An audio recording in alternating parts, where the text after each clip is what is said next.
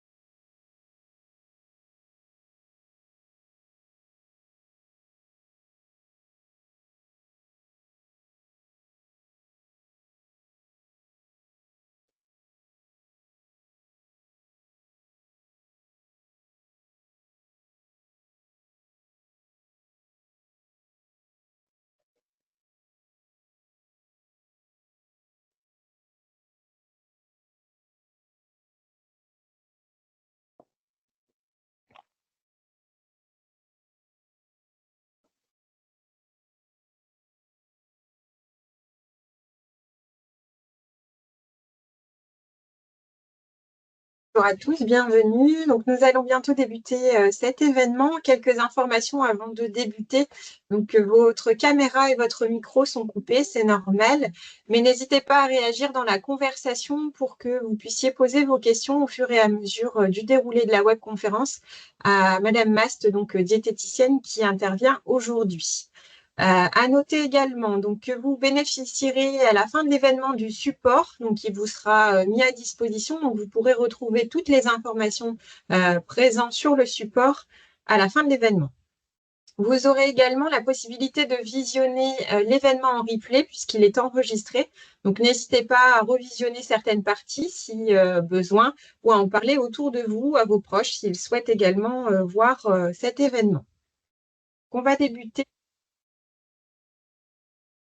Donc, je remercie Carole Mast pour son intervention d'aujourd'hui sur les besoins alimentaires qui sont liés à l'âge et comment ils évoluent. Elle va également nous faire part d'idées recettes et d'astuces pour cuisiner en petite quantité, mais aussi pour cuisiner de manière équilibrée tout en se faisant plaisir.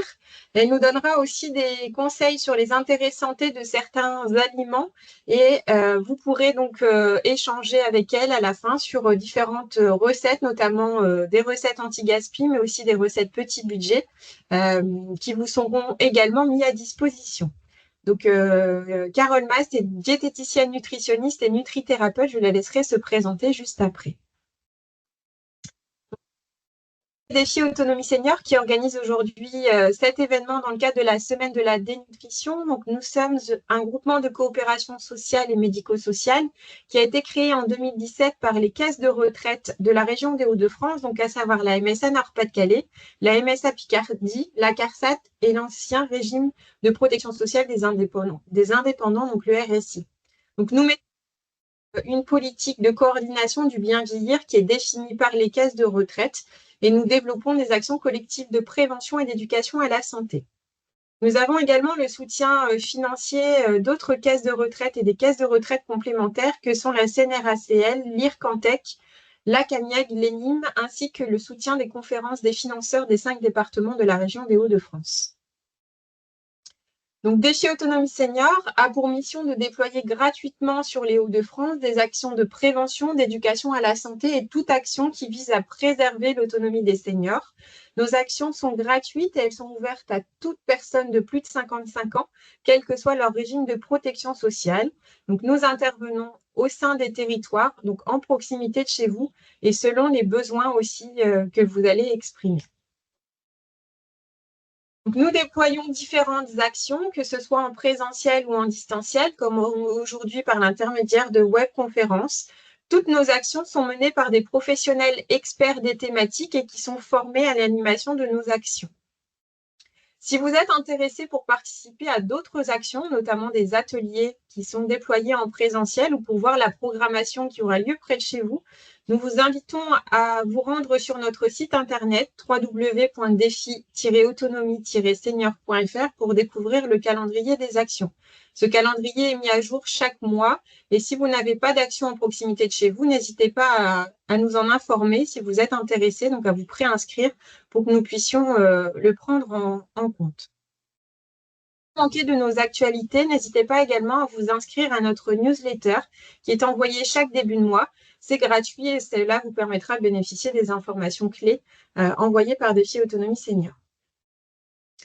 En complément des webconférences qui sont organisées par Défi Autonomie Senior, nous vous proposons aussi d'accéder à différents contenus à distance via la plateforme Happyvisio. Donc pour en bénéficier, il suffit de vous créer un compte sur la plateforme Happyvisio, donc sur le site happyvisio.com, et de rentrer le code partenaire DEFI, D-E-F-I en majuscule. Et de par la création de votre compte, vous bénéficierez d'un certain nombre de contenus auxquels il suffit de vous inscrire si vous êtes intéressé. Vous pourrez également visionner ces contenus en replay si vous ne pouvez pas vous connecter le jour de l'événement.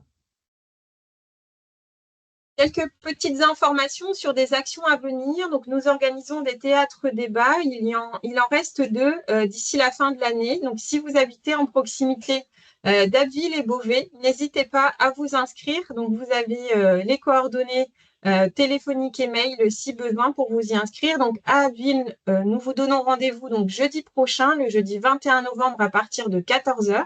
Et sur Beauvais, le lundi 16 décembre à partir de 14 h 30. Donc, n'hésitez pas à vous inscrire, c'est gratuit. Étant donné que nous sommes sur la thématique de la nutrition, nous avons mis les prochains ateliers nutrition qui vont débuter en début d'année prochaine. Donc, si vous êtes intéressé, n'hésitez pas à vous y inscrire. Rassurez-vous, il y aura aussi d'autres événements et d'autres ateliers qui seront organisés en cours d'année 2025 et donc vous pourrez bénéficier de la programmation sur notre site internet.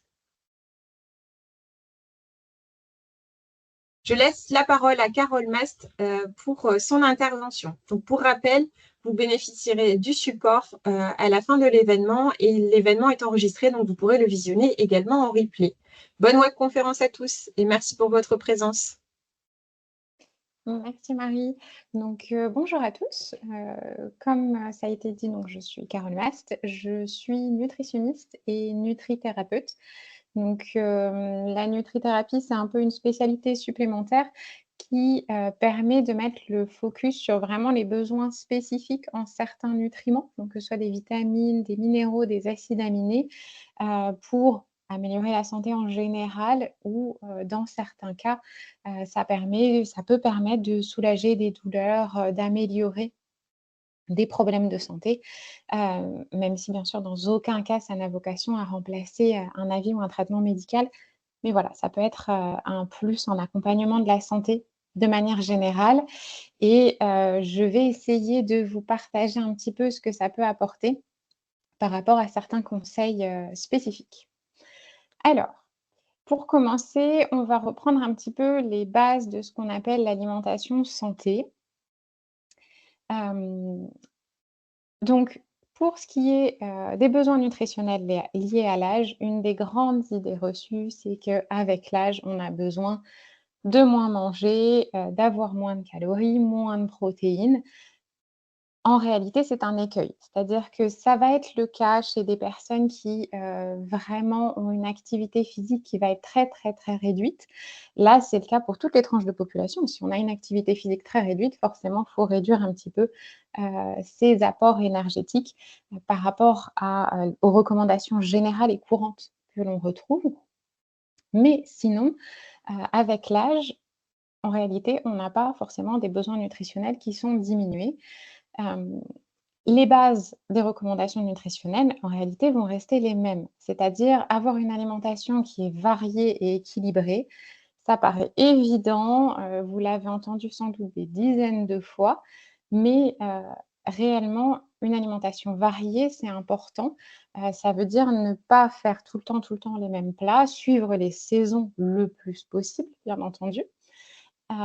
Et équilibrer, qu'est-ce que ça veut dire? Ça aussi, on va revenir un petit peu dessus par la suite, parce que c'est quelque chose qu'on entend beaucoup, mais on se rend compte au cabinet que c'est parfois quand même un petit peu flou. Et en effet, aujourd'hui, de toute façon, on peut trouver, sur les conseils d'une alimentation équilibrée, d'une alimentation idéale, on peut trouver vraiment tout et son contraire, sur internet ou ailleurs. Donc, les bases, c'est aussi une alimentation qui est riche en fruits et légumes. Ça aussi, vous l'avez entendu, plein de fois, mais c'est vraiment important, que les fruits et les légumes fassent partie de la base, du socle de, la pyramide nutritionnelle et d'avoir le plus de faits maison possible. Aujourd'hui, il y a beaucoup, beaucoup de possibilités, d'avoir des plats, tout prêts. Je ne dis pas qu'il ne faut pas du tout en consommer, hein. On a tous le droit de consommer des plats tout prêts, tout comme on a tous le droit de se faire plaisir et cetera. Mais la majorité et le socle, de l'alimentation doit rester sur du fait maison. Fait maison, ça ne veut pas dire forcément faire des plats de chef ou des plats où on va forcément passer 3 heures en cuisine. Ça peut être préparé très rapidement, mais ça reste plus sain de partir d'aliments non transformés et bruts, tels que, des légumes, crus ou surgelés par exemple, de la viande, ou du poisson ou des œufs, peu importe et un féculent, mettons, plutôt que, de partir sur des aliments déjà transformés comme, du poisson pané, des choses comme ça. Ça ne veut pas dire encore une fois qu'il ne faut pas du tout en consommer, mais les bases, ça va être, de partir sur du fait maison depuis des aliments bruts et de varier le plus possible. Avec l'âge, il y a une attention particulière à maintenir sur les apports en protéines. Là aussi, c'est une idée, très courante, et qui persiste beaucoup, de dire que les personnes âgées ont moins besoin de protéines que, des enfants, des adultes. C'est complètement faux. C'est même l'inverse. Avec l'âge, on a des besoins en protéines qui vont être, heu, pas forcément un peu plus augmentés, mais en tout cas, c'est vraiment indispensable de maintenir les recommandations le plus possible. Pourquoi? Ça, on va développer un petit peu ça après, mais voilà, maintenir des apports en protéines, c'est vraiment important et aussi en acides gras de bonne qualité. Il va être important aussi, de couvrir les besoins spécifiques. Bien sûr, il faut couvrir tous nos besoins en vitamines et minéraux, hein, sinon on a des carences et ça peut, provoquer des troubles de santé plus ou moins importants selon les carences. Mais, s'il y a un focus particulier à mettre, avec l'âge, ça va être les vitamines A, C et D pour une raison, en particulier qui est le système immunitaire. Vraiment, vitamines A et D et C vont aider à renforcer le système immunitaire. Et la vitamine D, elle est en particulier très importante aussi pour la santé de l'os. On reviendra dessus. Le calcium, idem pour l'os, c'est primordial et le zinc et le sélénium aussi en particulier pour renforcer l'immunité, hein, puisque, le système immunitaire, il prend de l'âge aussi, il vieillit avec nous et donc en effet, avec l'âge, on peut devenir un petit peu plus sensible, à différentes virus et bactéries et avoir un risque un peu augmenté, voire beaucoup selon, chaque cas de figure est spécifique, de, développer des surinfections ou, des maladies un peu plus compliquées et donc ce qui est vitamine C, vitamine D, le zinc, le sélénium vont vraiment être, faire partie des piliers pour notre, système immunitaire pour bien, qu'il puisse réagir correctement et bien se défendre. Et alors il y a un autre élément que j'ai pas pensé à rajouter, mais c'est l'iode. L'iode, c'est aussi, très important. On en entend un peu moins parler, c'est moins populaire que la vitamine C, le calcium, la vitamine D. Ça, vous en avez entendu beaucoup parler, je pense. Mais l'iode reste très importante avec l'âge aussi, et en particulier pour son rôle sur la thyroïde. La thyroïde, ça reste, un organe qui est un peu le le chef d'orchestre de beaucoup de réactions dans notre corps et bah, elle aussi, elle vieillit avec nous, comme tout le reste du corps et elle va avoir tendance à se ralentir un petit peu avec l'âge et c'est important d'amener suffisamment d'iode pour qu'elle puisse fonctionner correctement. La base des hormones thyroïdiennes, c'est vraiment des molécules d'iode, donc elle en a, besoin. On reviendra un petit peu sur l'iode un peu plus tard, hein, mais on le trouve très facilement dans les produits de la mer, tout simplement. Et un autre point important à surveiller, même si ce n'est pas un apport nutritionnel à proprement parler, c'est l'hydratation. L'hydratation, c'est primordial. Souvent, avec l'âge, et surtout quand l'âge avance vraiment, la sensation de soif va diminuer. Mais ça ne veut pas dire qu'on a des besoins en eau qui sont diminués, même si, en effet, la teneur en eau de notre corps, si vraiment on veut être strict sur les chiffres, elle diminue un petit peu avec l'âge, mais nos besoins en eau vont rester les mêmes. Le corps a besoin d'être hydraté pour tout son fonctionnement et c'est vraiment important d'avoir une bonne hydratation. Ça implique de boire sans attendre d'avoir soif, parce que quand on attend d'avoir soif, c'est entre guillemets déjà trop tard, c'est qu'on est déjà dans une petite déshydratation. Mais voilà, vraiment apprendre à boire régulièrement, à boire les quantités recommandées, entre 1 et 2 litres d'eau par jour selon l'activité physique. Et l'alimentation va quand même aussi jouer un rôle important dans cette histoire de bonne hydratation, parce que les fruits et légumes sont riches en eau pour la plupart, à des degrés plus ou moins variables selon les fruits et légumes qu'on considère, mais ils vont réellement participer à notre hydratation. Donc le fait de consommer régulièrement des fruits et légumes, ça permet aussi de maintenir une bonne hydratation constante au cours de la journée. Tout ce qui est consommation de boissons, la numéro 1, ça doit absolument rester l'eau et ça, c'est valable pour tous les âges. Ça doit rester le socle et ce qui va être tisane, infusion peuvent être consommées sans problème du moment qu'elles sont non sucrées. Le thé peut aussi être consommé. Alors attention aux gros excès avec le thé, hein.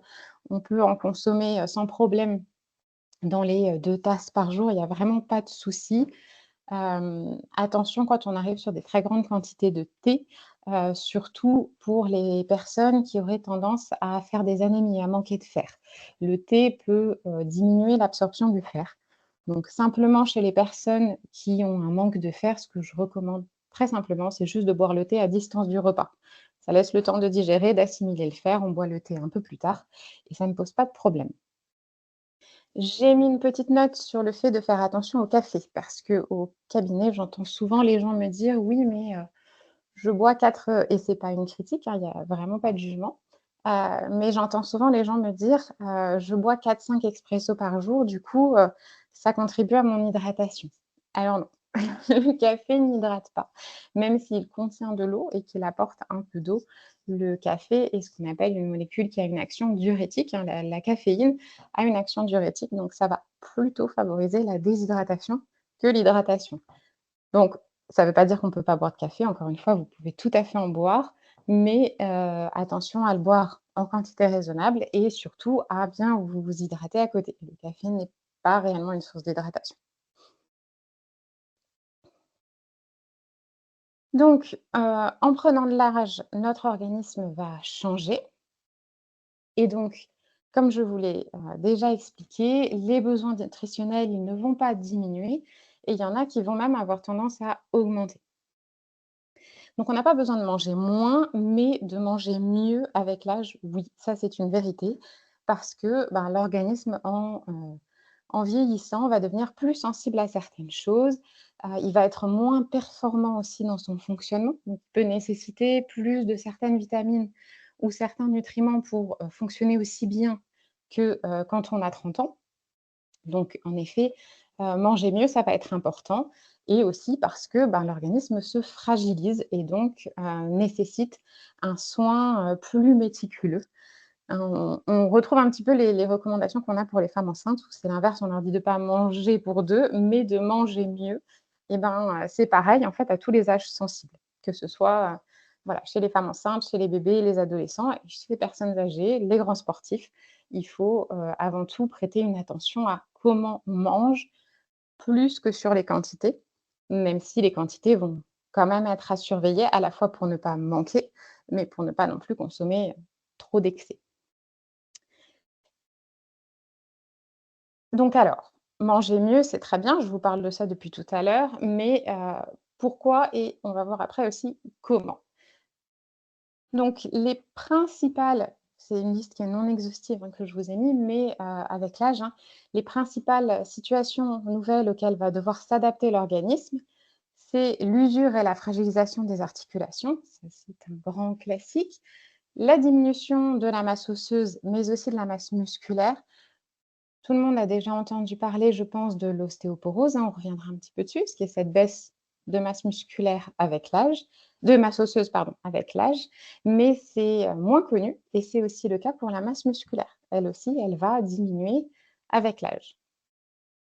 Comme je vous l'ai déjà un petit peu évoqué, le système immunitaire va lui aussi se fragiliser et le métabolisme en général, c'est-à-dire tout le fonctionnement, de notre organisme et de notre corps, va se ralentir avec l'âge.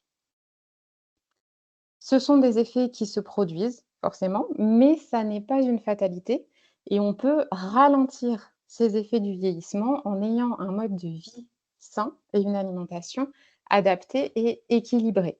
Ça ne veut pas dire bien sûr qu'on aura, 0 effet de l'âge et du vieillissement et qu'à 80 ans, on en paraîtra toujours 30, mais par contre, on peut vraiment prévenir, des complications de santé importantes et on peut vraiment, ça a été, prouvé, par bien des études, ralentir la perte de masse osseuse, la perte de masse musculaire, avoir un meilleur système immunitaire, tout simplement en ayant, ce qu'on appelle un mode de vie sain.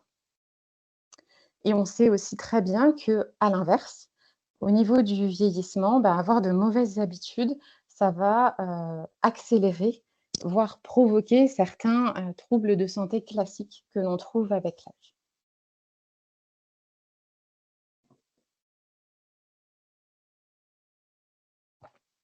Donc moi, étant donné que c'est ma spécialité, dans cette présentation, je vais vous parler essentiellement de l'alimentation, mais il ne faut pas oublier que l'activité physique reste un pilier majeur de la santé et là aussi à tous les âges, y compris lorsqu'on arrive au-delà de 55 ans et quel que soit l'âge.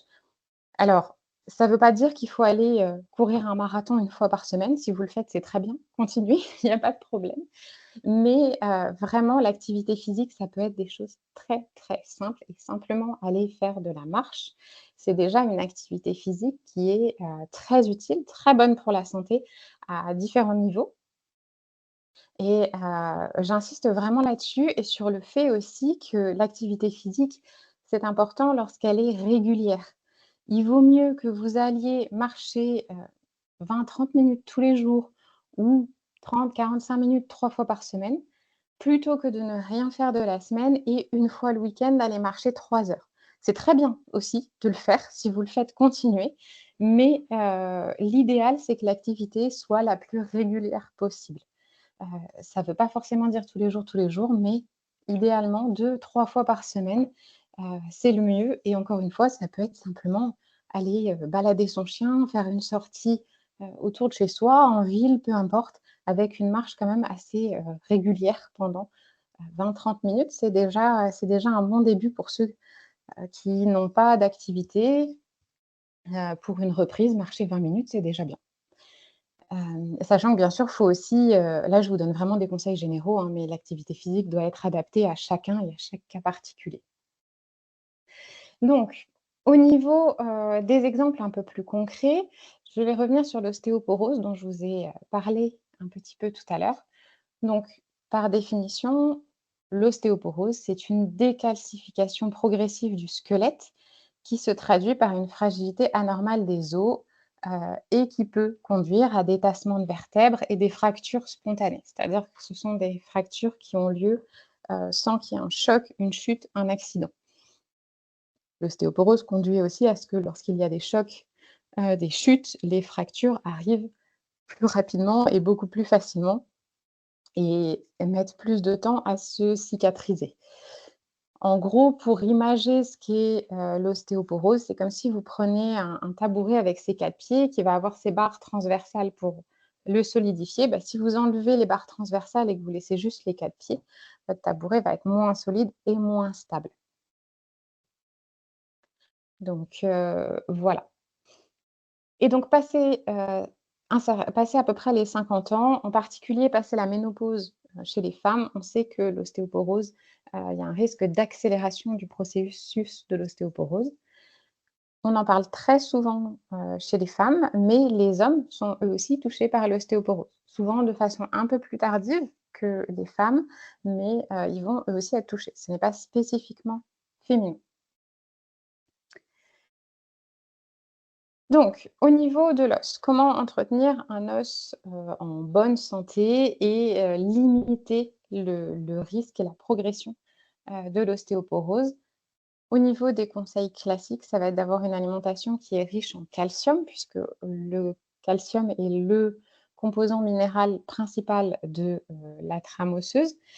Même s'il ne faut pas oublier que l'os, c'est aussi une structure en protéines, hein, sur laquelle les minéraux et en particulier le calcium vont venir se fixer. Donc là aussi, les apports en protéines restent importants sur la structure de l'os. Donc une alimentation riche en calcium, les recommandations sont d'être à au moins 1200 milligrammes par jour et en vitamine D. Pourquoi en vitamine D? Parce que la vitamine D, elle est essentielle et indispensable pour que ce calcium puisse se fixer sur l'os. C'est-à-dire que même si vous couvrez tous vos besoins en calcium, si vous êtes très carencé en vitamine D, malheureusement, ce calcium ne pourra pas se fixer sur les os. Donc, une exposition régulière et prudente au soleil à la belle saison, là aussi parce que ça va permettre, d'augmenter la synthèse de vitamine D par notre peau. On sait que la vitamine D, on est capable de la synthétiser par la peau. Il faut une exposition au soleil, et avoir une surface corporelle suffisante, c'est-à-dire avoir au moins les avant-bras, et les mollets, les bas des jambes qui soient découverts et s'exposer au moins 20 minutes. Alors ça dépend aussi un petit peu des régions où on habite. On sait que toute la moitié nord de la France, on n'a pas d'exposition solaire suffisante sur toute l'année pour couvrir, ce qui est nécessaire à la synthèse de la vitamine D, avoir une synthèse suffisante pour nos besoins en vitamine D. Globalement, hein, c'est le cas de beaucoup de pays et même dans le sud de la France, c'est pas forcément suffisant. Une vie, sans tabac, ça aussi, c'est important. Alors là, on en parle pour l'ostéoporose, mais c'est important pour la santé, en général et pour avoir un vieillissement en bonne santé, hein. Le tabac va être négatif sur l'os parce que, le tabagisme est un facteur d'inflammation et de stress oxydant. Donc tout ça, ça va être très délétère pour l'os et ça va accélérer ces processus d'ostéoporose. Mais bien entendu, le tabac est aussi délétère pour le système immunitaire, pour la peau et le système respiratoire évidemment et plein d'autres choses. Voilà, je ne vais pas vous refaire un discours là-dessus, mais ça fait partie des choses à stopper idéalement, limiter dans le meilleur des cas, pour, avoir un vieillissement en bonne santé. Et donc comme je vous le disais, la couverture du besoin en protéines, elle va elle aussi être importante pour nos os parce que c'est une trame de protéines, sur laquelle il y a une minéralisation qui se fait. Donc la prise de compléments en vitamine D, normalement, elle est systématiquement conseillée, au-delà de 60 ans. Bien sûr, chez les personnes qui vont être immobilisées, qui sortent peu, ça va être conseillé en permanence. Mais il faut savoir que, en France, en particulier dans la moitié nord, mais c'est vrai pour à peu près, hem, toute la France, la supplémentation en vitamine D, à minima du début de l'automne, c'est-à-dire à peu près du mois d'octobre jusqu'à mars, c'est important parce que là, on n'a pas assez d'exposition solaire. Et dès qu'on a un risque d'ostéoporose, quand on passe les 60 ans, c'est plutôt, toute l'année qu'il faut se supplémenter en vitamine D. Ça, normalement, votre médecin traitant est la personne référente pour vous conseiller là-dessus et c'est vraiment important. Ne faites pas l'impasse, sur la vitamine D parce que là, je vous en parle pour l'os, mais c'est vrai pour le muscle, c'est vrai pour le système immunitaire. Elle est vraiment très importante dans notre santé en général. Les besoins en calcium, il arrive que, là aussi, il y ait des supplémentations qui soient proposées par les médecins, en particulier chez les personnes qui ont une ostéoporose diagnostiquée. Mais en prévention, on peut, normalement satisfaire nos besoins en calcium si on arrive à avoir une alimentation à s'alimenter sans difficulté, en consommant régulièrement, bah, le grand classique, c'est les produits laitiers qui vont apporter du calcium, mais les eaux minérales permettent elles aussi d'apporter du calcium, ainsi que certaines sources végétales, en particulier les oléagineux. Donc ça, c'est tout ce qui est fruits à coque, par exemple les noix, les amandes, les noisettes, tout ça. Les graines, comme les graines de lin, les graines de tournesol et les légumes vert foncé. C'est un petit peu moins connu, mais les légumes vraiment de couleur vert foncé vont eux aussi apporter et contenir du calcium. Je refais juste une petite parenthèse sur l'activité physique. Elle a un rôle aussi qui est capital dans la santé de l'os. Donc, elle va jouer un rôle à la période de l'adolescence aux 30 ans pour acquérir un pic de masse osseuse le plus élevé possible. Plus on a de masse osseuse, moins on est à risque pour l'ostéoporose. Et ensuite, sur le reste de la vie, et en particulier au-delà de 55 ans, elle va être très utile parce qu'en fait, ne serait-ce que lorsque l'on fait de la marche, de la randonnée, ça crée des micro-chocs au niveau des os, hein. Simplement l'impact sur le sol va créer des petits chocs sur les os et ces micro-chocs vont en fait stimuler l'os dans ses processus, de reconstruction et de calcification. Donc ça permet d'entretenir un os en bonne santé et qui se régénère régulièrement. Donc là, je vous ai remis un petit tableau qui reprend la teneur en calcium de quelques os. C'était pour vous montrer simplement, je ne conseille pas forcément une eau plus qu'une autre, mais c'est simplement pour vous montrer des chiffres et on parlait tout à l'heure de 1200 milligrammes par jour de calcium recommandé. Et ben, certaines eaux qui sont très riches, en buvant 1 litre, vous avez déjà presque un petit peu moins de la moitié, on va dire à peu près 40 qui est apporté. Le petit conseil que je peux donner par rapport à ça, c'est que les eaux qui sont très minéralisées, hein, comme l'Hépar, Contrex, Courmayeur ou autres, je conseille de les consommer plutôt pendant les repas.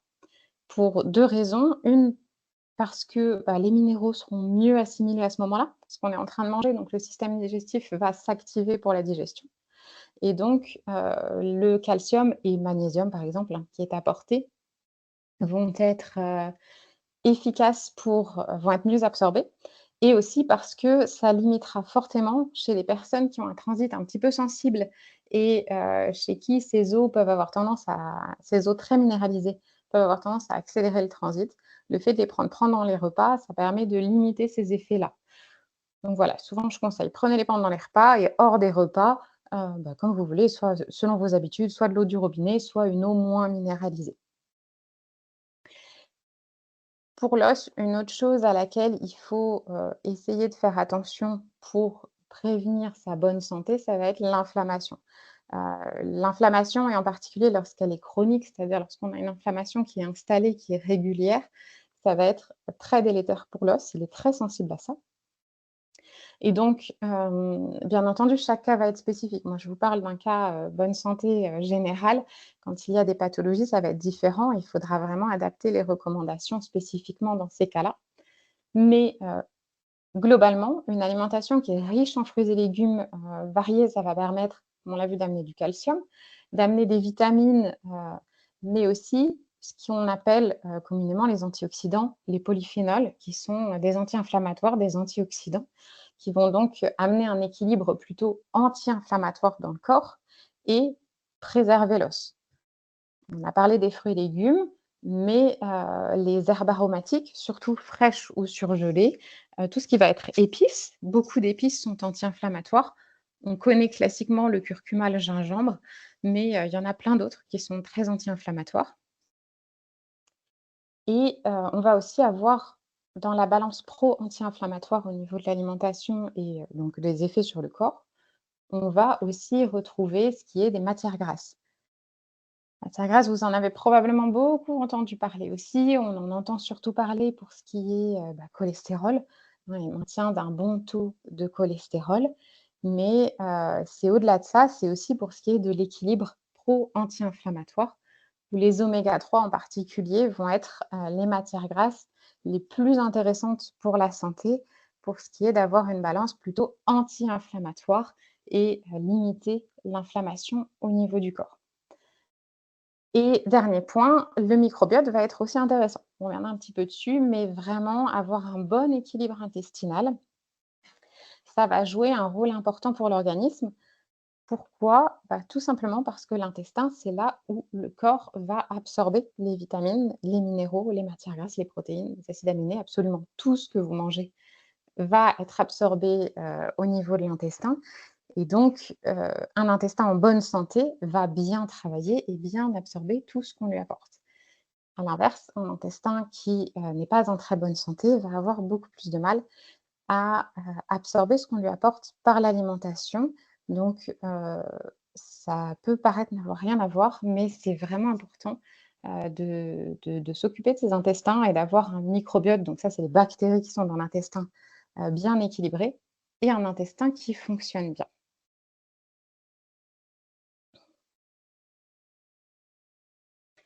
Donc on a parlé de l'os, maintenant on va faire un petit focus sur les muscles. Comme je vous le disais en début de présentation, hein, certes la masse osseuse a tendance à diminuer avec l'âge, mais la masse musculaire aussi. Et au même titre que la masse osseuse est capitale à préserver pour garder son autonomie, ensuite avec, les années qui avancent, le muscle, c'est aussi capital, à maintenir parce que, le maintien d'une bonne musculature, pardon, ça permet bien sûr de préserver, l'autonomie, d'éviter les chutes qui peuvent conduire à des fractures.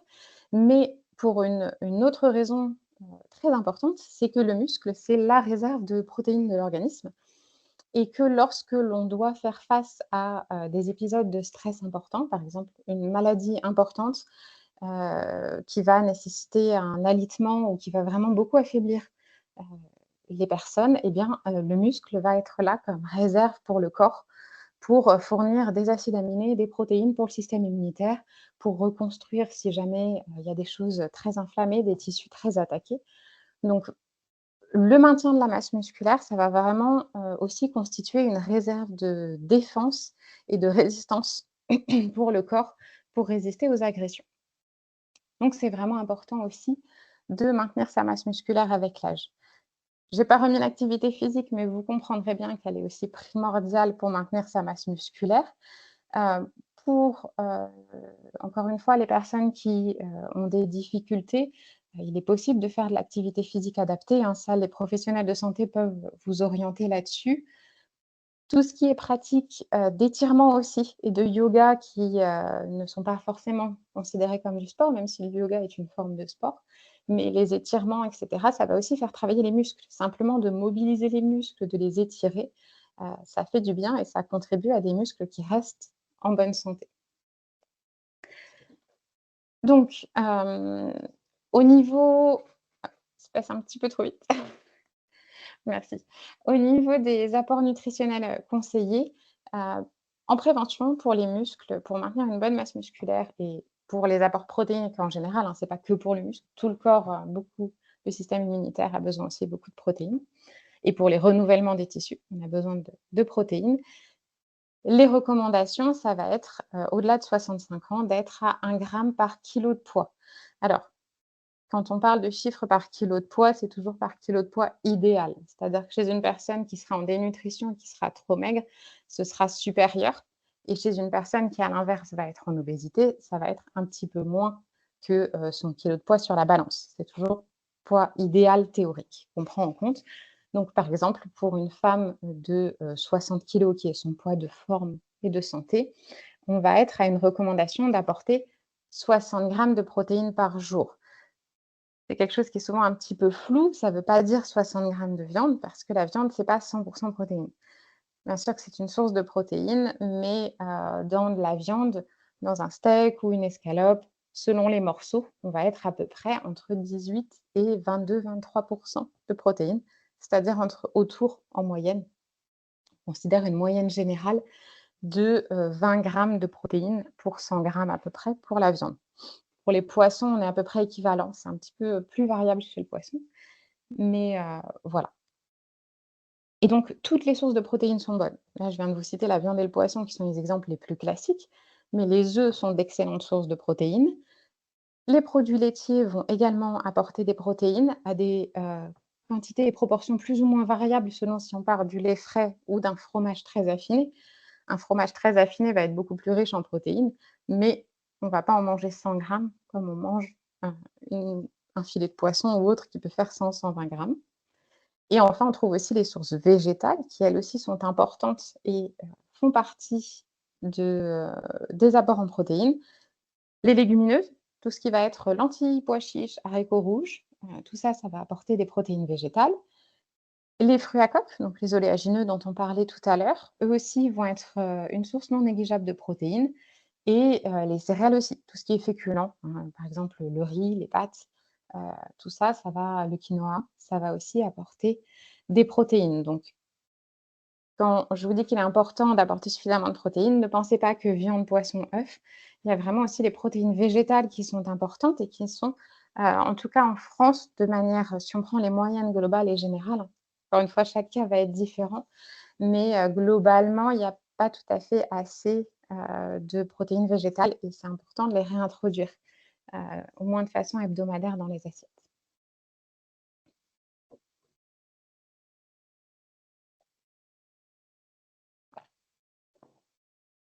Alors j'ai pris un autre exemple qui est un petit peu moins connu. On sait que, les yeux vont aussi vieillir avec nous, hein, comme tout le reste. Ça, on le sait et l'œil, c'est un organe qui est complexe et qui est très, très sensible et en particulier à tout ce qui est inflammation et stress oxydant. Par exemple, on parlait du tabagisme tout à l'heure avec, la santé de l'os, hein, c'est valable pour le muscle qu'on vient de voir et c'est extrêmement valable pour l'œil. L'œil est très sensible au stress inflammatoire et oxydant. Et donc, par l'alimentation, en réalité, on va pouvoir aussi jouer sur la santé de l'œil, en particulier en le préservant du stress oxydant et inflammatoire et en faisant très attention à certaines carences. L'œil est un organe qui a un besoin incompressible en certaines vitamines et en particulier en vitamine A et les ses dérivés, le rétinol et les bêta-carotènes, hein, qui sont des composants, dérivés de la vitamine A et aussi en certains pigments que l'on retrouve dans l'alimentation, comme la lutéine et la zéaxanthine. Vraiment, l'œil a des besoins capitaux, dans ses vitamines et ses pigments et si on n'en a pas assez, ça va dégrader la santé de l'œil et dégrader sa fonction. Idem pour le zinc. L'œil a besoin de zinc pour fonctionner correctement. On a besoin de je ne l'ai pas recité là parce que c'est un peu plus classique, mais le fer aussi est important pour une bonne vision et en particulier pour la vision nocturne. Et les oméga 3. Oméga 3 parce qu'ils vont jouer un rôle en limitant l'inflammation au niveau de l'œil, mais aussi parce que les oméga 3 vont faire partie de ces matières grasses qui jouent un rôle important dans ce qu'on appelle la microcirculation, c'est-à-dire vraiment la toute petite circulation dans les petits vaisseaux sanguins. L'œil est très, très vascularisé. Il y a beaucoup de circulation sanguine au niveau de l'œil, mais c'est que de la microcirculation, des tout petits vaisseaux. Donc, plus on a des petits vaisseaux en bonne santé, mieux c'est pour, la santé de l'œil.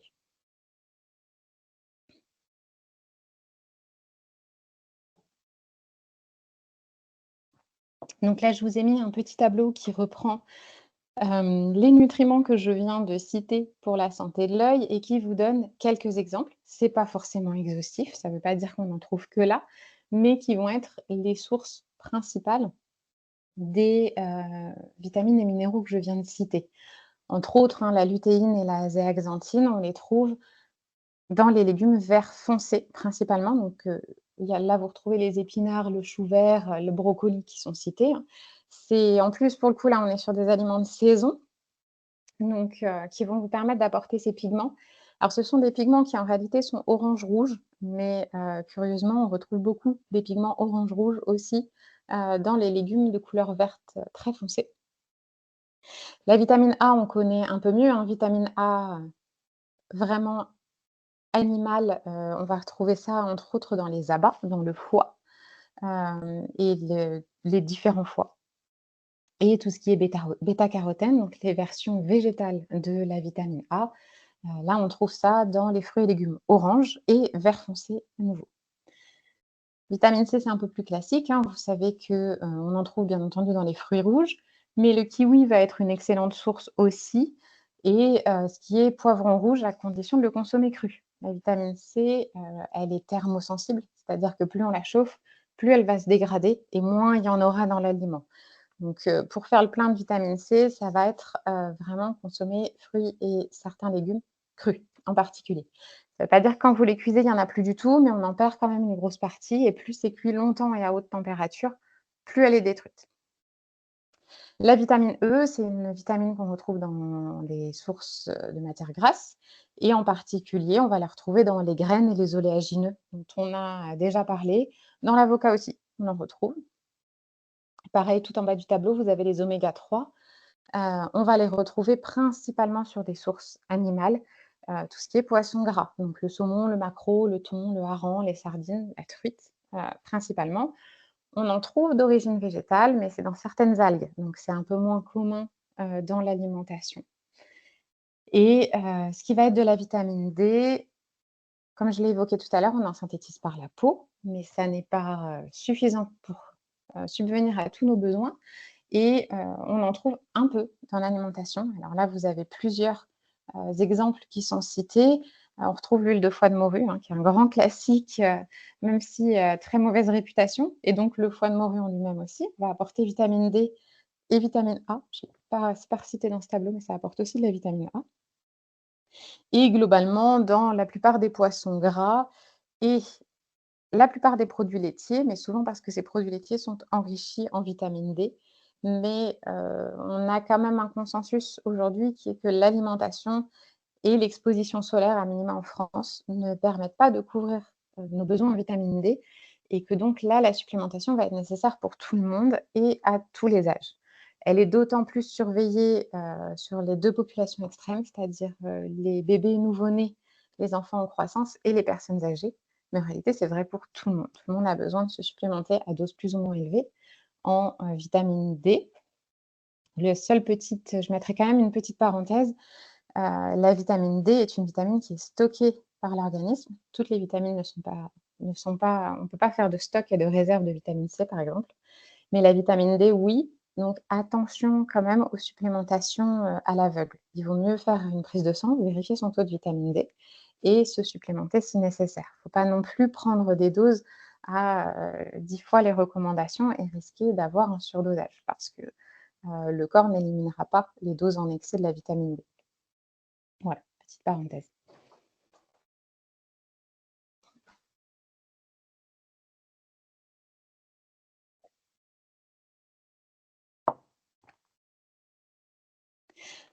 Autre exemple, qui peut arriver aussi avec, l'âge, c'est tout ce qui est anémie. Donc l'anémie, c'est une diminution du nombre de globules rouges ou du taux d'hémoglobine dans le sang. Ça peut être détecté facilement sur, une formulation sanguine classique. Si vous faites, normalement, c'est recommandé une fois par an, hein, de faire un petit bilan sanguin et donc ça peut, être facilement détecté, sachant que, l'anémie va être en cause, va provoquer souvent beaucoup de fatigue et en particulier des retards de cicatrisation, par exemple. Et donc c'est quelque chose qui va, arriver de façon, plus fréquente avec l'âge et qui arrive souvent parce que, ben, l'alimentation va changer et donc moins d'apport, souvent en viande, en particulier en viande rouge, hein. Classiquement, la viande rouge et les abats vont être les aliments les plus riches en fer, puisque pour corriger une anémie, la première correction, c'est d'apporter, suffisamment de fer. Mais ça peut aussi être dû à, des soucis de santé qui vont provoquer des saignements répétés, des dérèglements hormonaux, hein, peuvent aussi, engendrer des anémies ou, certaines maladies très spécifiques peuvent provoquer des anémies. Pour les corriger, le plus important, c'est d'assurer des bons apports en fer et en vitamine C, B9 et B12 en particulier. Alors, pourquoi? La vitamine C, tout simplement, dans l'absolu, elle n'a rien à voir avec le fer, mais c'est tout simplement qu'au niveau de notre système digestif, la vitamine C va permettre de beaucoup mieux absorber et assimiler le fer de l'alimentation.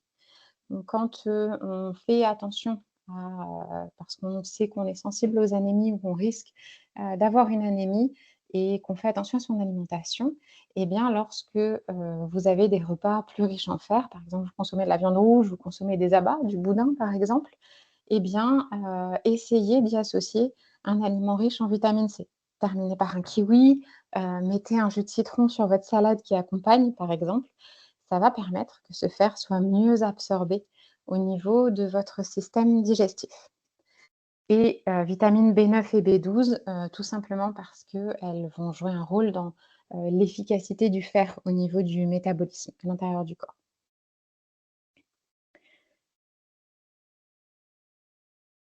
Et donc en cas d'anémie, juste, hein, souvent, les médecins traitants vont vous prescrire un supplément, en fer, qui va permettre de corriger un manque de fer.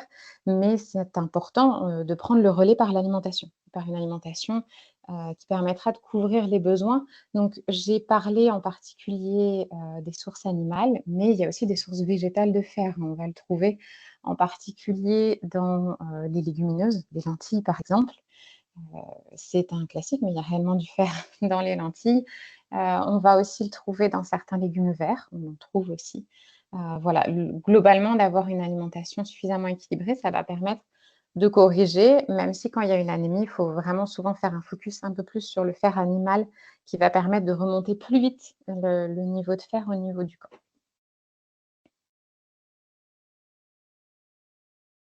Donc, sur cette diapositive, vous avez un petit résumé. C'est pas exhaustif non plus, hein, mais des exemples dont on a déjà parlé, hein. Pour ce qui est de l'ostéoporose, il faut faire attention, au manque de calcium et de vitamine D. Attention au manque de fer pour prévenir le risque d'anémie, mais aussi, pour un bon fonctionnement du système immunitaire. Le système immunitaire a besoin de fer pour fonctionner correctement. On l'a pas évoqué, mais je vous l'ai mis sur cette diapositive. Le déficit en chrome va favoriser le risque de survenue du diabète et des apports en chrome, suffisants vont permettre, d'améliorer un diabète et quand on est, au-delà de 55 ans, hein, c'est plutôt le risque de développer un diabète de type 2 et le chrome permet vraiment de stabiliser la glycémie et de limiter les trop grosses montées de glycémie. Heu, du coup, là, je ne vous ai pas mis de tableau avec les sources de chrome, mais le plus commun pour couvrir ses besoins en chrome, ça va être, le plus facile et les sources les plus riches, c'est, ce qui est le foie, là aussi, comme on l'a vu, pour la vitamine A ou pour le fer, par exemple. Et on en trouve aussi dans la levure de bière. On trouve de la levure de bière en paillettes qu'on peut ajouter dans l'alimentation. J'en reparle un peu plus loin, c'est vraiment ça fait partie d'un supplément, très facile, économique et très intéressant. Le manque de protéines, ça va aggraver, et accélérer la fonte musculaire liée à l'âge, de même que ça fragilisera l'os et le système immunitaire.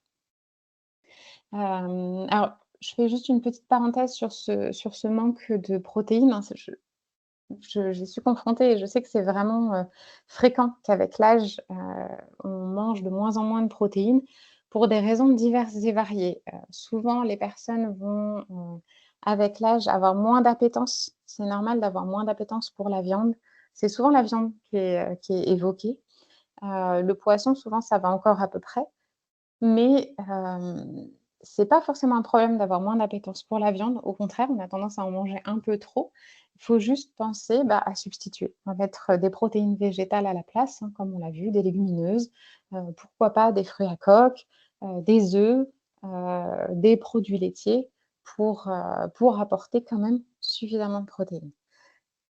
Parfois, ça vient d'un trouble de la mastication, de douleurs à la mastication, de difficultés masticatoires.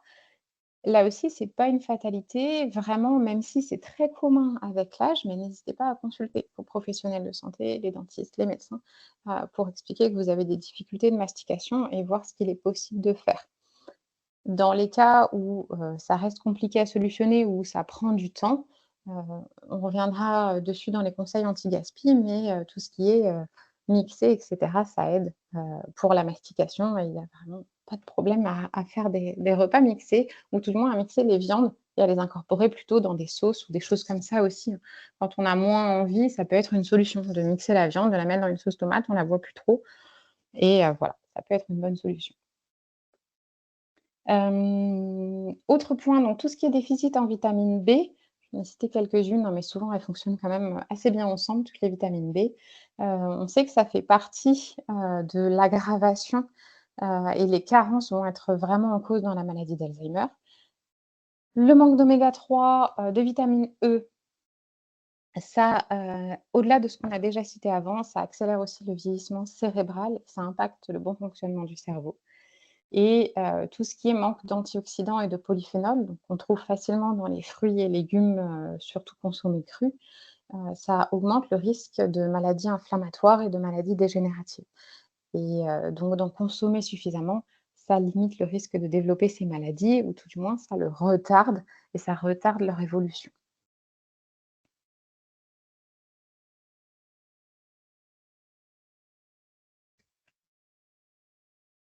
On a quelques questions qui sont arrivées dans le chat, donc je propose de faire un petit temps de questions. Alors, une première question sur le pain.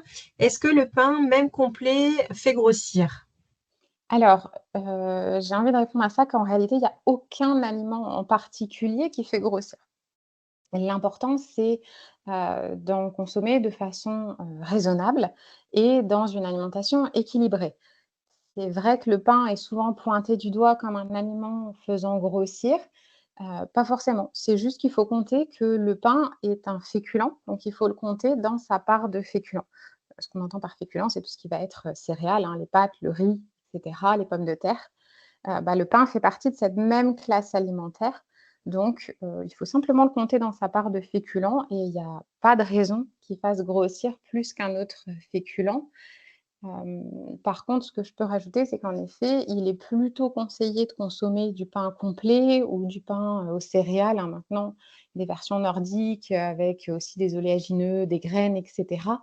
Ça va être plus intéressant en termes de santé parce que plus d'apport en fibres, en minéraux et cetera, mais aussi parce que, on aura un pain qui va être digéré plus lentement et donc le sucre passera moins vite dans le sang. Quand on évite les pics, de sucre dans le sang, ça permet de limiter aussi les prises de poids. Donc, il vaut mieux un pain complet qu'un pain blanc, mais voilà, il y a aucun aliment qui spécifiquement fait grossir. C'est vraiment, la quantité et la fréquence à laquelle on le consomme qui peut, poser problème. Merci. Une autre question. Alors, on entend beaucoup parler du collagène marin et de la spiruline. Quels sont leurs intérêts et est-il recommandé aussi d'en consommer de fait? Alors, ce qui est du collagène marin, on en entend beaucoup parler, en particulier pour ce qui est pour 2 volets, c'est surtout, l'aspect et la santé de la peau et pour les articulations. Hem, donc oui, le collagène a un réel intérêt sur la santé, articulaire et sur l'aspect de la peau. Après, pour ce qui est des compléments, leur intérêt va être, je vais dire oui et non. Il y a des cas où ça peut être intéressant, en particulier chez vraiment, des personnes qui ont des gros soucis articulaires. Ça peut vraiment faire du bien de faire des cures de compléments. Le collagène, on va le voir sur une des recettes que je présente par la suite. On peut, avoir moyen d'enrichir notre alimentation en collagène de façon intéressante et vraiment à moindre coût, comparé au coût des compléments alimentaires. Pour ce qui est de la spiruline a beaucoup d'intérêt. C'est une, pour ceux qui ne connaissent pas trop, c'est une algue, hein, qu'on trouve en paillettes ou en comprimé, qui en effet va avoir des intérêts parce qu'elle apporte, du fer végétal. Alors, ça me fait un petit peu bondir des fois quand je vois ça, elle est source de protéines. Oui, c'est vrai, la spiruline est riche en protéines, mais il faut vous représenter que quand vous prenez, même 3-4 comprimés, ça va représenter que quelques grammes. Vos 3-4 comprimés vont peut-être, allez, peser 5 grammes. Vraiment, j'ai pas le chiffre en tête, mais c'est pour vous dire que c'est vraiment un tout petit chiffre. Donc en termes d'apport en protéines, ça va être très, très, très limité, pour représenter quelque chose sur l'alimentation. Par contre, il y a l'aspect où elle apporte du fer, où elle apporte, quand même aussi, des antioxydants, elle apporte de la chlorophylle. Donc, pour ces aspects-là, elle peut être intéressante et pour les aspects sur le système digestif, hein, elle va servir de prébiotique, c'est-à-dire qu'elle va aider, le une bonne flore à se mettre en place. Heu, donc la spiruline, pourquoi pas? Ça peut être intéressant. Mais c'est non indispensable, mais pourquoi pas en faire des cures? Juste ne le prenez pas comme quelque chose pour enrichir votre alimentation en protéines, parce qu'il faudrait vraiment que vous en ajoutiez beaucoup et déjà quand on arrive à des supplémentations en spiruline de 10-12 grammes, souvent le système digestif, et intestinal commence à être un peu chatouillé par des doses comme ça. Donc ce ne sera pas une source de protéines, mais voilà, ça apporte quand même aussi des vitamines, des minéraux de façon intéressante, pourquoi pas? Merci. On va passer sur une dernière question parce qu'il est déjà 11h30 avant de passer à la suite. Rassurez-vous, on fera un second temps de questions et puis s'il y a des questions qui n'ont pas pu être traitées Là, pendant l'événement, on les traitera dans un second temps et on vous transmettra les réponses sans souci. Alors, pour cette dernière question avant la deuxième partie, que pensez-vous des produits fermentés pour le microbiote? Ça, c'est très bien. C'est une bonne façon, de justement d'entretenir un bon microbiote ou de le rééquilibrer quand on a un microbiote qui est un peu déséquilibré parce qu'on a eu une gastroentérite ou, on a eu un traitement avec des antibiotiques ou autre. C'est vrai qu'on trouve facilement des probiotiques en pharmacie, mais bah, le coût peut être très variable et certaines gammes de probiotiques sont extrêmement chères. Hem et tout ce qui est aliments fermentés, c'est vraiment un plus qui va permettre d'entretenir un microbiote en bonne santé. Heu, on en trouve facilement en magasin bio aujourd'hui, hein. On trouve du chou fermenté, de la betterave, du radis fermenté, des choses comme ça. On les trouve en beaucoup, hein, vraiment comme d'autres légumes. Le chou de la choucroute, c'est un grand classique qu'on consomme depuis, très, très longtemps. C'est fermenté en réalité. C'est un aliment qui est fermenté, qu'on trouve très facilement à moindre coût et qu'on peut vraiment rajouter de façon intéressante et on a ensuite les boissons fermentées comme le kéfir. Vraiment les kéfirs, les plus naturels possibles, sont très peu sucrés parce que c'est les bactéries qui vont utiliser le sucre qu'il y a dedans. Ça peut être vraiment une bonne alternative comme une boisson plaisir qui remplacerait un soda qui lui, n'a aucun intérêt parce qu'il va surtout apporter du sucre et des additifs. Bah, le kéfir, ça peut être intéressant. Ça apporte, un produit fermenté qui est très bon pour le microbiote et qui est très peu sucré et qui souvent est une boisson plaisir, assez sympathique. Mais oui, oui, oui, c'est très intéressant pour le microbiote. Merci, je vous laisse continuer. OK, donc on va revoir un petit peu les règles générales sur comment bien manger, à partir de 55 ans. Donc les 3 piliers, ça va être de suivre les recommandations, d'activité physique adaptée, 15 à 30 minutes d'activité par jour. Suivre, mêmes recommandations que pour la population adulte. Encore une fois, hein, ça c'est, là je vous parle de recommandations générales chez une population de plus de 55 ans qui est en bonne santé. En cas de problème de santé, il faudra adapter et limiter les aliments qui doivent être particulièrement surveillés et peu consommés. En particulier, bah, les grands classiques que tout le monde connaît, c'est-à-dire les sucreries, l'alcool, les produits ultra transformés. Donc par sucrerie, il y a les bonbons, mais il y a pas que les bonbons. C'est-à-dire que tout ce qui est biscuiterie, les biscuits industriels, bah, c'est plutôt de la sucrerie. Vaut toujours mieux une pâtisserie faite maison, consommée occasionnellement que, des biscuits tous les jours. Et ce qui est produit ultra transformé, ça va être, vraiment ces aliments qu'on achète, ces produits alimentaires qu'on achète dans le commerce, qui ont des listes d'ingrédients à rallonge. Déjà au-delà, moins de 5 ingrédients, c'est l'idéal. Jusqu'à 10, on est encore OK, à peu près. Au-delà de 10, on est vraiment sur de l'ultra transformé et globalement, quand vous commencez à avoir beaucoup de noms de choses que vous n'avez pas du tout dans votre cuisine, bon, c'est que, c'est pas forcément idéal. Ça ne veut pas dire qu'il faut bannir complètement, mais il faut être très raisonnable sur ces produits-là. Donc un petit résumé sur ce qu'est, l'alimentation variée et équilibrée. Donc quelles vont être les bases? Les bases, ça va être, d'augmenter les fruits et légumes. Ça doit être la base de, votre pyramide, nutritionnelle, hein. On reviendra un peu dessus, mais les légumes, ça doit vraiment être une base. L'idéal, c'est que ça représente à peu près la moitié de votre alimentation. Attention aux fruits, il faut en consommer, il ne faut pas en consommer non plus toute la journée, hein. Même si le fruit est un aliment très sain, ça doit, rentrer dans l'alimentation et dans les repas ou les collations. Mais voilà, il ne faut pas non plus consommer, en excès.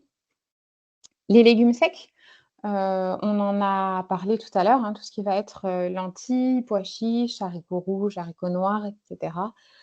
C'est important de les augmenter parce que ça apporte des protéines végétales, parce que c'est très riche en fibres et c'est riche en de nombreuses vitamines, et minéraux aussi. Les fruits à coque, surtout non salés, hein, parce que quand ils sont salés, c'est souvent très salé. Donc non salés ou à minima, si vous avez vraiment du mal, à teneur réduite en sel. Heu, ou alors si c'est encore trop compliqué, ce que vous faites, c'est que vous achetez un paquet non salé, un paquet classique et vous les mélangez ensemble. Ça permettra de diminuer le taux de sel et de vous habituer petit à petit.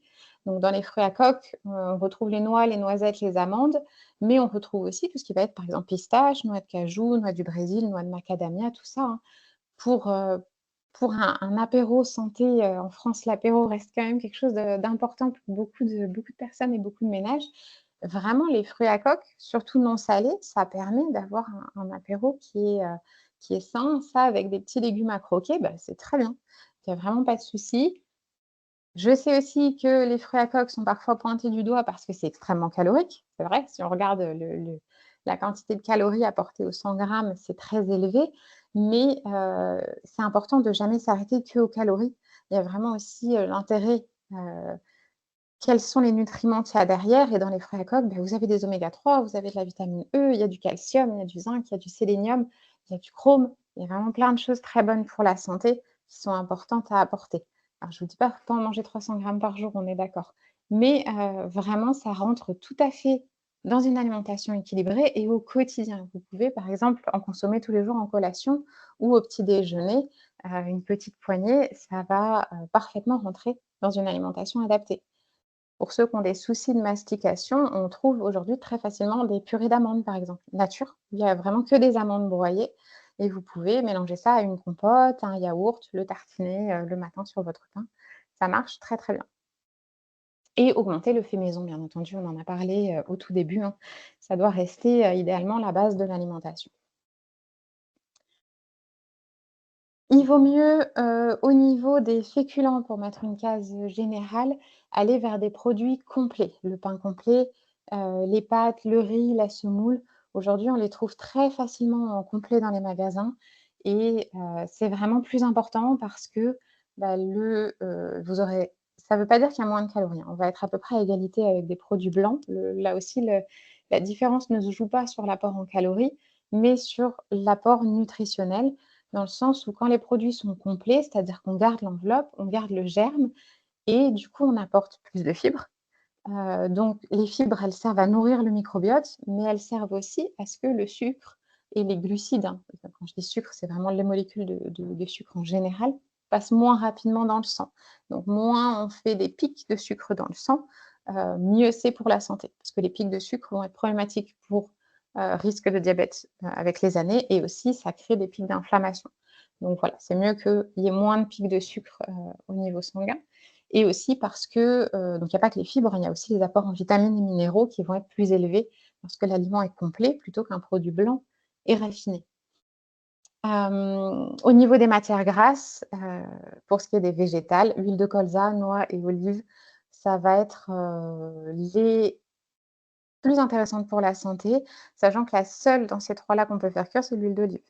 L'huile de colza et l'huile de noix, elles sont très riches en oméga 3, on les utilise à froid, on ne les fait pas chauffer, et l'huile d'olive, par contre, on peut l'utiliser en cuisson. Il y en a d'autres, hein, mais voilà, c'est les grands classiques qui fonctionnent bien.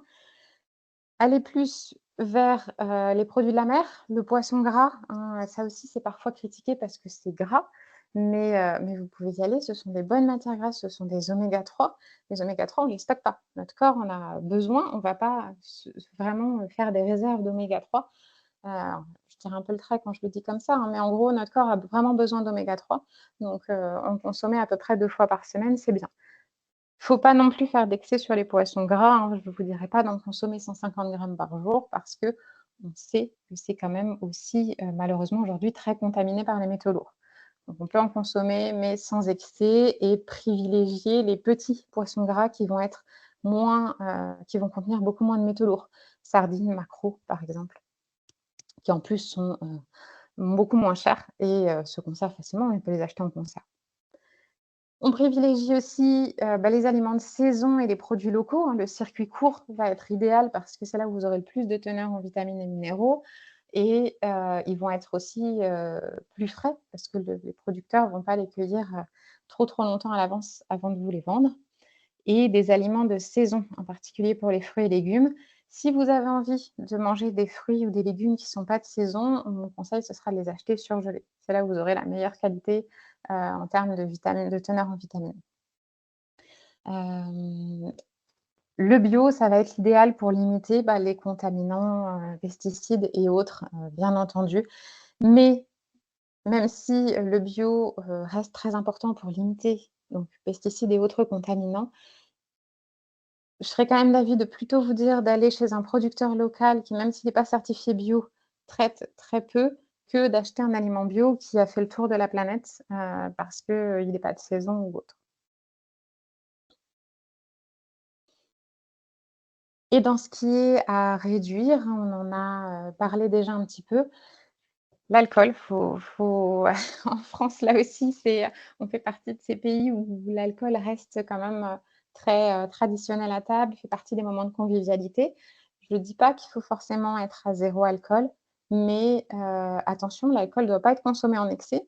Il y a plusieurs façons de faire des excès. C'est certes, c'est une soirée où on va boire beaucoup de verre, ben, forcément, ça ne va pas être très bon.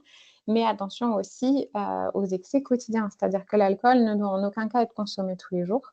C'est maximum 5 jours par semaine et c'est 1 à 2 verres grand maximum 5 jours par semaine. Quand on met dans les recommandations 1 à 2 verres, référez-vous bien au type d'alcool que vous consommez. Parce qu'un verre de vin, c'est 12 centilitres, c'est pas 25. 25, vous êtes à l'équivalent de 2 verres déjà. Donc vraiment, l'alcool, il faut y faire attention, hein, ça va être très délétère pour la santé si c'est consommé en trop grande quantité. Et attention aux alcools forts qui vont être aussi les plus délétères. Attention aux boissons sucrées.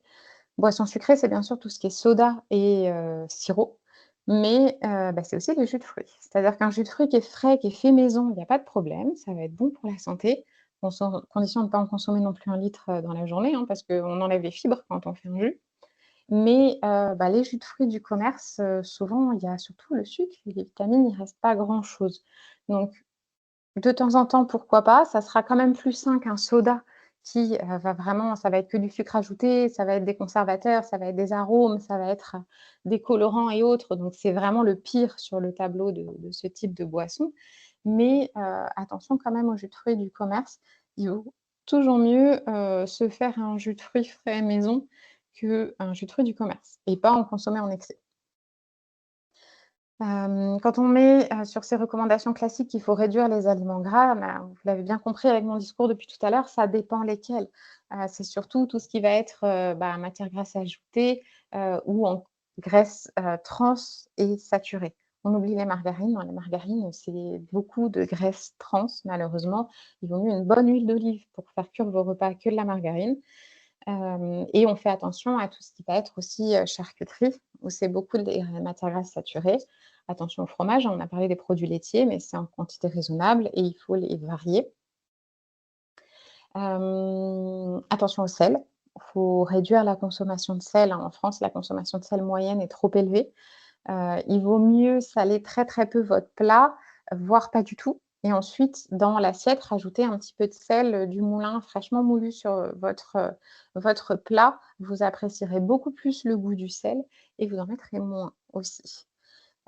Et là-dessus, attention aux produits ultra transformés, hein, qui sont souvent aussi très riches en sel.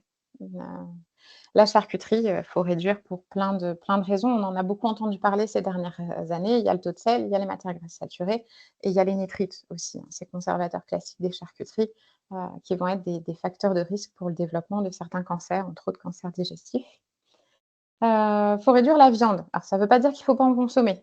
Et je vous dis depuis tout à l'heure, attention à bien, maintenir vos apports protéiques, hein. Ça ne veut pas dire qu'il ne faut pas consommer de viande, mais c'est mis dans nos recommandations, de santé en France parce que nous sommes un pays qui consomme beaucoup de viande et qui a tendance à consommer de la viande à tous les repas, hein, au déjeuner et au dîner. C'est pas forcément nécessaire. Si vous consommez une portion, classique, 100-120 grammes, on va dire, heu, sur un seul repas, c'est suffisant. Sur l'autre repas, vous pouvez choisir une source, de protéines végétales et vous arriverez, a priori, hein, si vous avez une alimentation bien, variée, à couvrir vos besoins. Et dernier point, dans les recommandations enfin, dans la viande, pardon, faut limiter en particulier les excès de tout ce qui va être porc et bœuf. Alors, le bœuf est une viande très bonne pour la santé, mais il ne faut pas en consommer tous les jours. La volaille est un peu plus recommandée et donc attention au Nutri-Score. Hem, alors je sais que c'est quelque chose qui est un petit peu compliqué le Nutri-Score. Ça a été, mis en place pour simplifier la lecture, sur les étiquettes nutritionnelles avec un code couleur, un code lettré qui sur le papier est très bien. Il faut surtout limiter ce qui est D et E et il faut surtout, voir que le Nutri-Score, ça prend en compte beaucoup, beaucoup, d'éléments, mais tous les Nutri-Score B ne sont pas forcément bons non plus.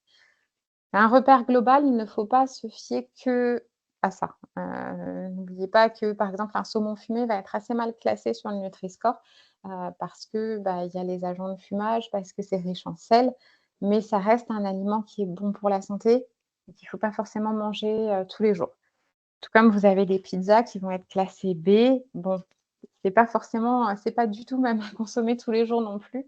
Heu, voilà, moi je vous recommande par exemple, je prends l'exemple de la pizza au hasard, mais si vous aimez les pizzas et que c'est quelque chose qui vous fait plaisir, vous savez qu'il faut pas en consommer tous les jours. Le jour où vous le faites, faites-vous plaisir avec une pizza qui vous plaît vraiment et soit allez la chercher dans une petite pizzeria locale, soit faites-la vous-même et faites-vous plaisir dessus. Plutôt, une fois, mettons, une fois tous les 15 jours, plutôt que, de consommer 2 fois par semaine une pizza qui va être classée B, mais qui vous plaira pas trop, qui sera issue, d'un supermarché. Voilà. Carole, juste une petite remarque, il est 11h45. Je vais vous demander de pouvoir accélérer un petit Oui, peu, s'il vous oui. plaît, pour qu'on dépasse pas trop le timing. Merci beaucoup. Donc là, c'est un petit résumé de ce qu'on vient de voir, hein. Les bases pour bien manger, au-delà de 60 ans, donc c'est des légumes et des fruits. Alors j'ai mis frais, mais ça peut être du surgelé aussi, hein. Ça va être vraiment, une très bonne qualité nutritionnelle. Pour les apports en fibres, en vitamines, du poisson gras, faut y penser. D'autres poissons, mais ça peut être aussi tout ce qui est mollusques et crustacés, hein, les crevettes, les moules, c'est bon pour la santé, ça apporte de l'iode, du zinc. Et pour les féculents, plutôt du complet, que des produits blancs et raffinés. On a parlé aussi de tout ce qui était, inflammation, donc on a déjà vu un petit peu certains conseils sur l'alimentation, anti-inflammatoire. En fait, ça va être ces bases, hein, d'alimentation équilibrée qu'on vient de voir et en particulier couvrir ses besoins en oméga 3, et avec les fruits et légumes, on va apporter les polyphénols et les antioxydants que je cite ici. Et bah, limiter tout ce qui est produits pro-inflammatoires et on retrouve les mêmes que ce qu'on vient de voir, c'est-à-dire les produits ultra transformés, trop de sel, trop de sucre, trop d'additifs, tout ce qui va être produits frits et acides gras trans. Donc les produits frits, c'est pas que les frites, ça implique aussi tout ce qui est pané. Tous les produits panés, globalement, sont des produits frits. Donc ça aussi, ça doit rester des aliments, plaisir si on aime ça, à limiter à 1 ou 2 fois par semaine et pas plus. Et attention à l'excès d'oméga 6, hein, entre autres l'huile de tournesol qui est très utilisée. Je ne dis pas qu'il faut la bannir complètement, mais ça ne doit pas être l'huile de base parce qu'elle apporte surtout des oméga 6. Donc concrètement, si on veut une alimentation, équilibrée, santé et anti-inflammatoire, pour donner des conseils généraux, sur quoi on se base? Bah, sur les conseils qu'on vient de voir, sur le fait de rajouter des épices et des herbes aromatiques fraîches ou surgelées dans l'alimentation, ça permet d'amener moins de sel. Plus on mettra d'épices, et d'aromates, moins on aura besoin de salé et puis, ben, les épices et les herbes aromatiques ont souvent des propriétés anti-inflammatoires très intéressantes. Alors je suis d'accord, on n'en met pas 20 grammes dans une recette, mais d'en mettre au quotidien dans ses recettes et ben, ça augmente le potentiel anti-inflammatoire, de notre régime alimentaire. Consommer des fruits au quotidien, parce que ça aussi, je l'ai reprécisé parce que je vois souvent en cabinet, on me dit: «Oui, oui, je mange des fruits», mais et c'est pas une critique, hein, c'est juste vraiment une constatation, mais ça va être 1 ou 2 fois dans la semaine, mais c'est pas suffisant. Il faut en manger, tous les jours. Consommer des légumes secs plusieurs fois par semaine, on a parlé de leur intérêt. Consommer des crucifères, c'est tout ce qui est famille des choux, sauf raison médicale, si jamais on ne doit pas en consommer. Mais bah, les crucifères vont être un allié santé, pour la bonne santé du foie, parce qu'ils amènent du calcium, ils sont vert foncé, hein, tout ce qu'on a déjà vu, tout à l'heure. Consommer des oléagineux pour les raisons qu'on a vues et des huiles, riches en oméga 3. Citer colza et noix, on peut retrouver l'huile de lin aussi, il y a d'autres huiles, en gros, bah, globalement les huiles, issues de fruits à coque sont riches en oméga 3. Et donc pour booster son alimentation, les épices et les herbes qu'on vient de voir. La levure de bière, j'en ai parlé un petit peu tout à l'heure. Levure de bière et germes de blé, on les retrouve aujourd'hui très facilement dans les rayons diététiques des supermarchés ou en magasins bio. C'est des sortes de petites, poudres ou de paillettes qu'on peut, rajouter ensuite dans les soupes, les crudités, les plats de légumes et ça va, apporter beaucoup de vitamines du groupe B, du zinc, du phosphore, du chrome dont on parlait tout à l'heure. Ça permet de se supplémenter, de façon, économique et très facile au quotidien. J'ai cité les algues aussi, ce qui est algues fraîches, on peut en trouver, fraîches dans certains rayons poissonnerie ou en paillettes, on les trouve séchées en paillettes. Ça permet d'apporter de l'iode, si jamais on a un petit peu de mal avec les produits de la mer, le poisson et cetera, ça permet d'une autre façon d'apporter de l'iode dans l'alimentation et je vous ai cité aussi l'Omega-Zio qu'on trouve facilement au magasin bio. C'est un mélange de noix françaises et de graines broyées qui va permettre, d'apporter des oméga-3. Ça va enrichir l'alimentation assez facilement en oméga-3 et on peut aussi booster son alimentation avec le bouillon d'os. Donc ça, je vais, vous l'expliquer un petit peu. On a parlé tout à l'heure du collagène. Donc le bouillon d'os permet entre autres d'apporter du collagène.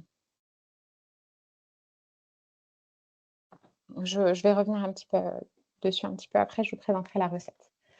Donc en résumé, les fruits et légumes, ils doivent représenter dans l'idéal 50 des repas, au grand minimum 30. C'est pas grave si vous en mangez pas une journée. Les recommandations idéales, le principe, c'est de les suivre 80 du temps. C'est-à-dire que ça doit vraiment être le socle de votre alimentation au quotidien. Après, oui, il y aura des dimanches où vous êtes invité en famille et où, il y a pas de légumes ou alors vous allez au restaurant et vous vous ferez plaisir, il y a pas de légumes. C'est pas grave, c'est important même de se faire plaisir, d'avoir des repas conviviaux, mais il faut que la majorité du temps, l'alimentation suive, des recommandations équilibrées. Pour avoir une idée simple, les protéines, c'est à peu près un quart de l'assiette, la portion de protéines qu'elle doit représenter. Et on complète ensuite avec, des oléagineux, si on aime ça, un peu de fromage ou un skyr, un fromage blanc. Les matières grasses, elles sont importantes. Ça aussi, je sais qu'aujourd'hui, elles sont très diabolisées, les matières grasses, mais elles ne se valent pas toutes. Il faut consommer suffisamment de matières grasses et les oméga-3 vont être vraiment importants. Et pour ce qui est des féculents, ils doivent représenter eux aussi entre un quart et un tiers de l'assiette. Le reste étant apporté par les protéines et les légumes dans l'assiette idéale. Alors, avant de passer à la partie recette santé et anti-gaspi, deux questions. Faut-il éviter le sucre le matin en lien avec les pics d'insuline? Idéalement, oui. Oui, pour une alimentation, santé et pour, prévenir plein d'autres choses, c'est vrai que c'est bien de diminuer le plus possible le sucre le matin. Tout simplement parce que la nuit, on est à jeun, on a une glycémie qui est, assez basse le matin, enfin normalement qui est basse, mais sans être trop basse quand on n'a pas de problème de diabète et l'idéal, c'est en effet de ne pas apporter trop de sucre le matin pour ne pas faire d'un seul coup un pic d'insuline dès le matin qui ensuite va provoquer des montées et des baisses, de glycémie dans la journée et qui va provoquer des fringales, par exemple. Donc oui, ça permet d'avoir moins de fringales, moins d'envie de sucre dans la journée et d'avoir une meilleure, satiété sur le reste de la journée et notre cerveau a besoin de protéines le matin pour être bien concentré aussi. Voilà. Merci. Et une deuxième question. On a parlé de produits laitiers, mais par quoi peut-on les remplacer lorsqu'il y a une intolérance? Alors, lorsqu'on a une intolérance aux produits laitiers, ce qu'il va falloir faire attention surtout, c'est aux apports en calcium parce qu'on court une grosse partie de nos apports en calcium via les produits laitiers. Donc, on l'a vu, il y a des eaux minérales qui vont permettre, d'apporter du calcium. On va avoir aussi, ce qui est fruits à coque, hein, pour le calcium, les légumes verts et si on veut les substituer, par exemple, substituer le lait, dans une boisson, on a ce qui est, préparation végétale, aujourd'hui, hein, qui avant s'appelait des laits végétaux. On va en trouver plein. La plupart, vont être, aujourd'hui, vous verrez dessus écrit, source de calcium parce il y a de l'algue, du lithotam, c'est une algue qui est rajoutée dedans et ce qui permet d'apporter autant, de calcium qu'avec du lait. Donc ça peut être une bonne façon de substituer le lait et en particulier, ce qui est par exemple le lait de soja ou le lait d'avoine, ça marche bien en cuisine aussi, en termes de texture, pour, remplacer le lait, par exemple. Alors je sais que j'ai utilisé le terme lait de soja, lait d'avoine et c'est pas réglementaire aujourd'hui, mais c'est pour, vous donner le concept de façon, assez simple. On appelle ça juste des boissons végétales. Mais voilà, ça marche bien pour remplacer le lait. Pour remplacer les fromages, il y a bien des fromages véganes, mais en termes de texture, et de goût, on s'y retrouve pas forcément et le fromage n'est pas indispensable à l'alimentation. Il faut juste faire attention, à couvrir ses protéines à côté et pour ce qui est des yaourts, si vous aimez les yaourts, mais que vous êtes intolérant ou allergiques, hein, aux produits laitiers, on retrouve aujourd'hui des gammes de yaourts végétaux, très, très variés et qui vont être bien, qui vont, globalement, fonctionner, assez bien en termes de goût et de texture. Ce qui marche le mieux souvent, c'est à base de lait de coco. C'est ce qui marche bien pour les yaourts et les desserts. Attention quand même aux yaourts, à base de lait de riz ou lait de surtout riz ou chanvre. Heu, Faites attention parce que parfois il y a quand même beaucoup d'additifs. Donc ne pas remplacer non plus par quelque chose qui va être trop sucré ou trop riche en additifs. Merci, je vous laisse passer à la dernière partie.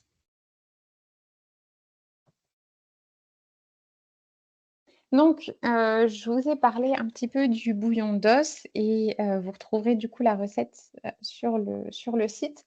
Je vous ai mis une recette un peu détaillée. Le bouillon d'os, c'est très facile, enfin, c'est assez facile à faire, c'est assez économique, il faut juste le laisser mijoter assez longtemps. Hem, Quels sont les intérêts du bouillon d'os? Ça va être une source de protéines, même si ça n'en amène pas non plus énormément, mais surtout ça va être une source de minéraux, de collagène et de ce qu'on appelle les glycosaminoglycanes. Ça, vous avez dû peut-être le voir passer dans les nombreux compléments, je pense en particulier aux gens qui souffrent d'arthrose. Dans les compléments qu'on retrouve classiquement, ça va être le collagène et les GAG, les GAG, qui sont, des composants de nos articulations et de nos tissus de soutien. Donc, et on retrouve tout ça dans l'os et dans les articulations. Donc quand on fait, des bouillons à partir d'os et d'os de façon générale et d'articulation, hein, par exemple avec des ailes ou des choses comme ça permet de libérer ces éléments qui vont se retrouver dans le bouillon et donc d'en consommer régulièrement. Ça permet, plusieurs points.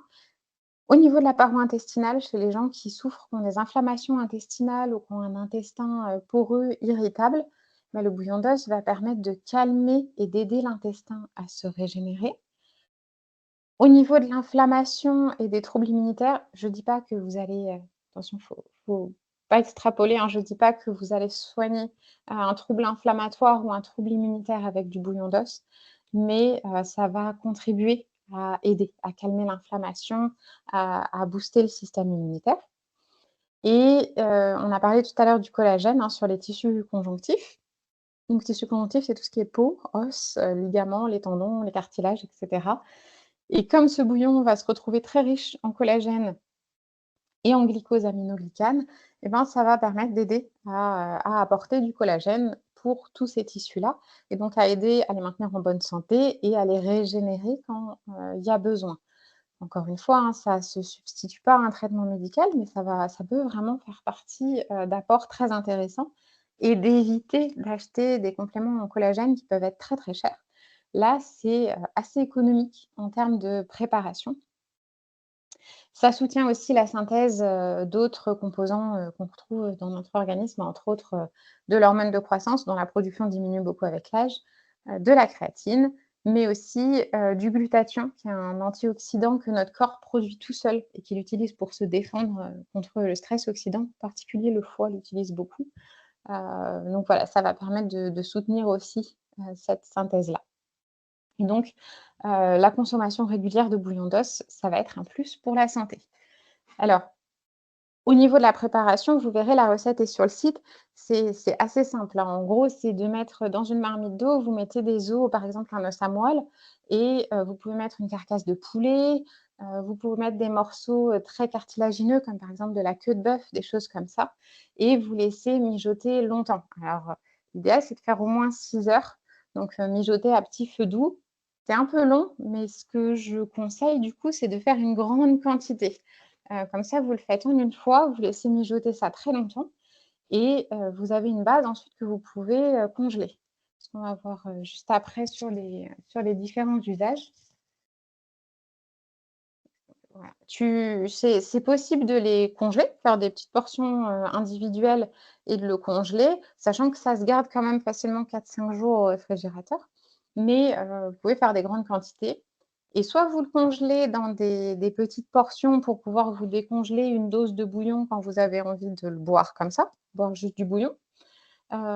Soit vous pouvez en fin de cuisson, ajoutez vos légumes, vous mixez le tout et ça vous fait une soupe de légumes avec mélangé à ce bouillon.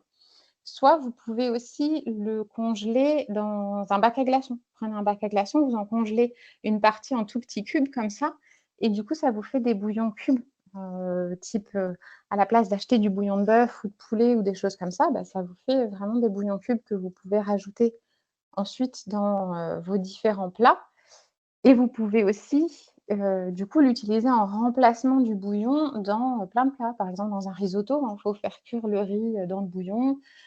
Si vous faites, des cakes aux légumes, quand vous faites des poêlés, des choses comme ça, au lieu de rajouter du bouillon, bah, vous utilisez ce bouillon d'os et ça marche très bien et sinon les conseils, c'est d'en boire, bah, un petit bol, là, on arrive justement dans la période où on se retourne vers tout ce qui est bouillon, soupe et cetera avec les températures et ben, bah, ça marche très bien. Vous en mettez, un petit bol, tous les soirs, par exemple, tous les midis quand ça vous arrange et quand vous n'avez pas envie de soupe, ben, voilà, vous le mettez dans votre risotto, dans votre sauce, dans ce que vous voulez. Ça va vraiment permettre, c'est vraiment marqué en termes d'apport en collagène. Normalement, quand il refroidit, ça c'est un petit peu gélatineux et ça, c'est normal. C'est parce que, le collagène a été bien libéré, le collagène, les glycosaminoglycanes. C'est normal que ça ait un aspect un peu épais, gélatineux. Faut pas s'en inquiéter.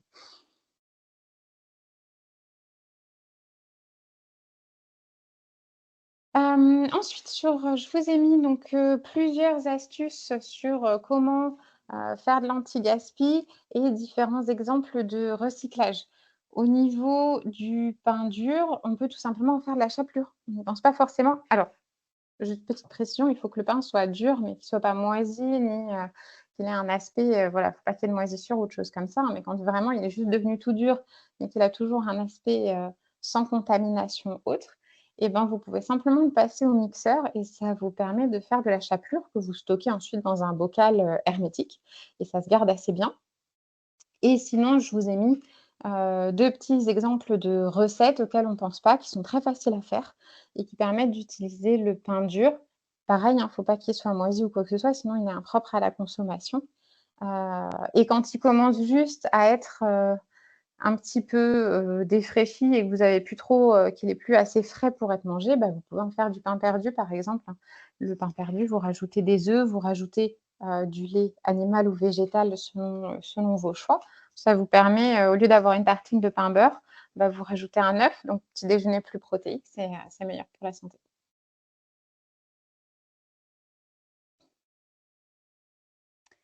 Pour les restes de viande, parce que, ben, parfois, oui, quand on est, tout seul, il y a des plats qui vont, générer des restes. Les solutions, ça peut être tout simplement de les hacher pour en faire un autre plat. Par exemple, faire une bolognaise. La bolognaise, on pense au bœuf, mais le poulet, ça marche super bien. Vous hachez du poulet, vous mélangez ça et vous faites votre bolognaise avec, ça marche très, très bien.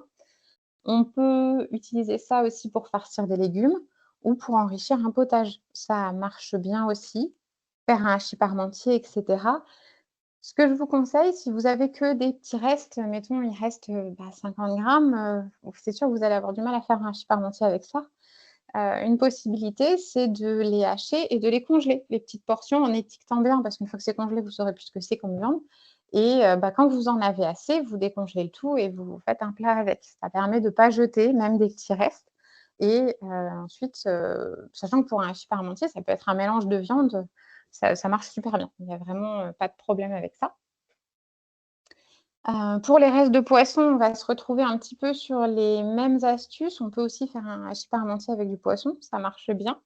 Et sinon, ce que je conseille moi le plus souvent, c'est de couper les restes de poisson en morceaux, de les congeler. Pareil, vous étiquetez bien ce que c'est et quand vous en avez assez et ben, vous les décongelez pour faire, une soupe de poisson ou un risotto de la mer où vous aurez plein de petits poissons mélangés. Ça peut être sympa, du coup, vous vous retrouvez avec un truc, avec un trio, de poissons différents, qui vous auraient embêté sinon si vous êtes seul d'acheter 3 filets de poissons différents, pour faire un risotto à base de 3 poissons, bah, c'est un peu, compliqué ou des tagliatelles aux poissons et ben, là, ça vous permet, d'avoir des petites portions que vous pouvez ensuite mélanger et faire un mix de poissons, pour avoir un plat sympa.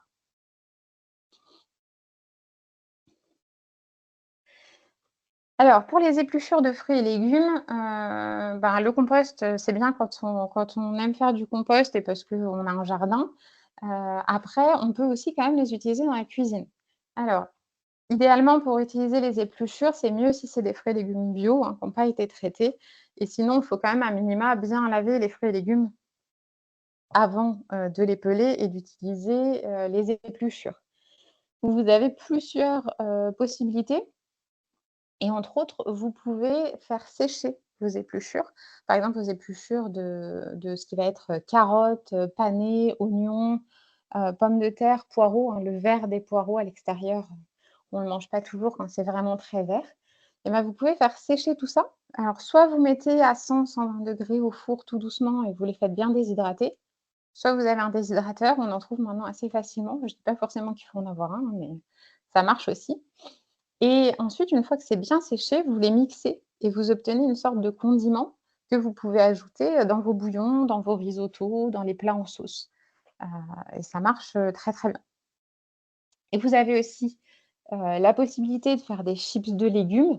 Alors ça, on le fait, avec certaines épluchures. Ça marche très bien, c'est-à-dire que vous gardez vos épluchures, vous mélangez avec un petit peu d'huile d'olive, un petit peu de sel et différentes épices, comme par exemple du paprika, ça marche super bien. Et vous faites cuire ça au four pendant 12-15 minutes selon les fours, à 180 degrés, et vous obtenez des chips qui vont être croustillantes et qui fonctionnent bien. Ça marche bien aussi avec la carotte, tous les légumes qu'on a cités juste avant. Et ça marche aussi en chips de fruits avec, les pommes et les poires. Là, bien sûr, au lieu de mettre, des épices, plus dédiées au salé, bah, vous mettez plutôt de la cannelle et un tout petit peu de sucre et ça va bien marcher. Ou alors avec les épluchures de pommes et de poires, c'est possible de faire de la compote ou de les rajouter, dans vos compotes. Ça marche très, très bien.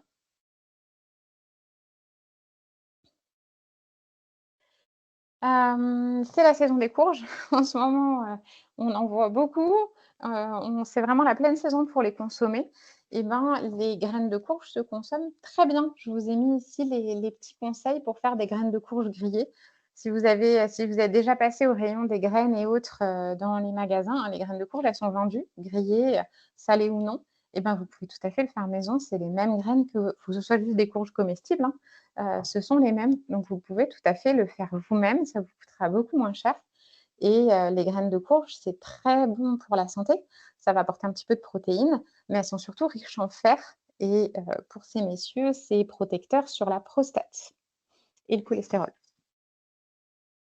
Donc voilà, vraiment ça, c'est, l'astuce pour avoir des petites graines à grignoter pour l'apéro, pour, 0 coût puisque c'est, le reste de votre courge.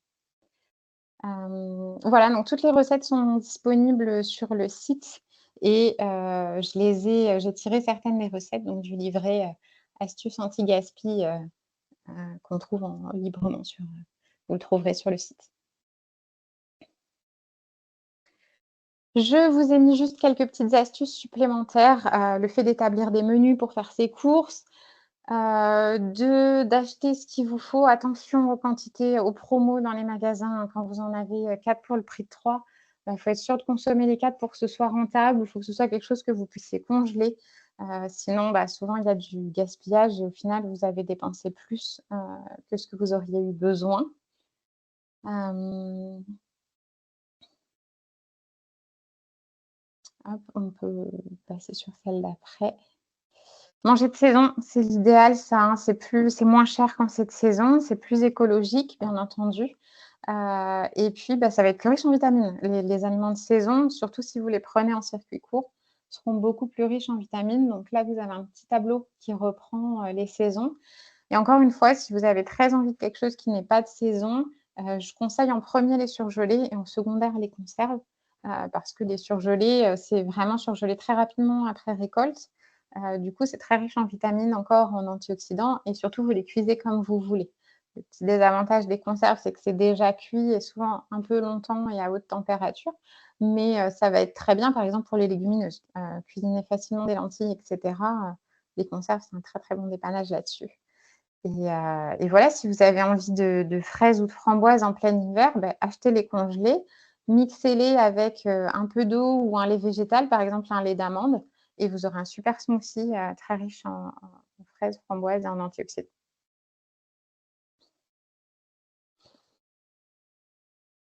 Pensez aux dates courtes. On trouve ça chez les producteurs en font, hein, quand leurs produits, arrivent en limite de date. Vous trouvez ça, aussi dans les supermarchés, hein. Souvent, les prix sont réduits de 25 à 50, donc ça vaut le coup pour diminuer les coûts de certains produits qu'on n'achèterait pas forcément et souvent, il y a des produits qui peuvent se congeler rapidement, hein. Si vous avez du filet un grand filet de saumon, par exemple, en date courte, le saumon, c'est vrai que c'est un poisson qui est assez cher. S'il est trop grand, pour vous, mais que ça vous intéresse, c'est pas grave, vous coupez la portion que vous allez manger et puis surtout, vous le portionnez avant de le congeler et ensuite, voilà, vous en aurez profité à à prix réduit. Tout ce qui est fruits et légumes mis en date courte parce qu'ils sont un petit peu défraîchis, ils sont toujours propres à la consommation pour faire une soupe, un gratin ou faire de la compote. Ça marche très bien et franchement, ça évite du gaspillage de façon générale et puis, vous, ça vous fera un moindre coût aussi, sur l'achat.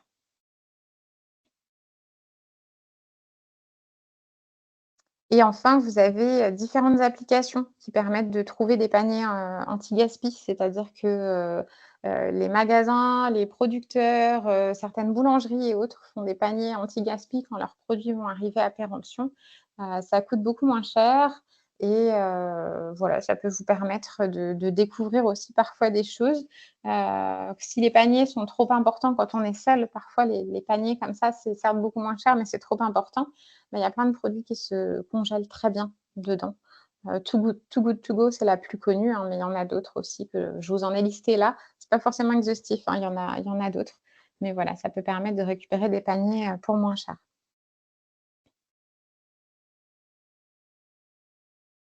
Au niveau des dates limites de consommation, certains aliments alors surtout pas la viande et le poisson, ça vous dépassez pas les dates. Il y a réellement un risque, à le faire. Mais voilà, là, je vous ai remis que certains aliments peuvent se consommer sans problème. Après, la date, c'est des dates du coup recommandées et pas à consommer jusqu'au, qui peuvent, ça peut se consommer sans problème. Juste petite parenthèse sur les yaourts, c'est valable pour les yaourts nature. Tous les yaourts qui ont des préparations de fruits et autres, là, je recommande de pas trop dépasser la date. Mais un yaourt nature, vraiment, il y a aucun souci à dépasser la date et encore une fois, là aussi, c'est tant qu'on respecte bien la chaîne du froid, hein, pour tout ce qui est produits frais.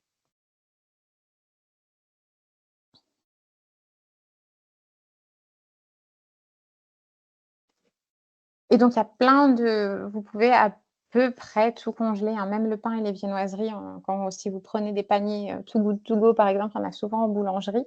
Tout ça, ça se congèle bien. Pensez à les portionner avant de congeler, y compris le pain, hein, tranchez-le, ce sera beaucoup mieux. Et ensuite, pour les personnes seules, c'est vrai que pour éviter de gaspiller du pain, c'est très bien de l'acheter tranché ou de le trancher vous-même. Vous le congelez quand il est frais et comme ça tous les jours vous sortez que ce dont vous avez besoin et ça permet d'éviter de gaspiller, à ce niveau-là et de réduire vos coûts, par exemple. Tout ce qui est soupe, purée, compote, ça marche super bien en congélation.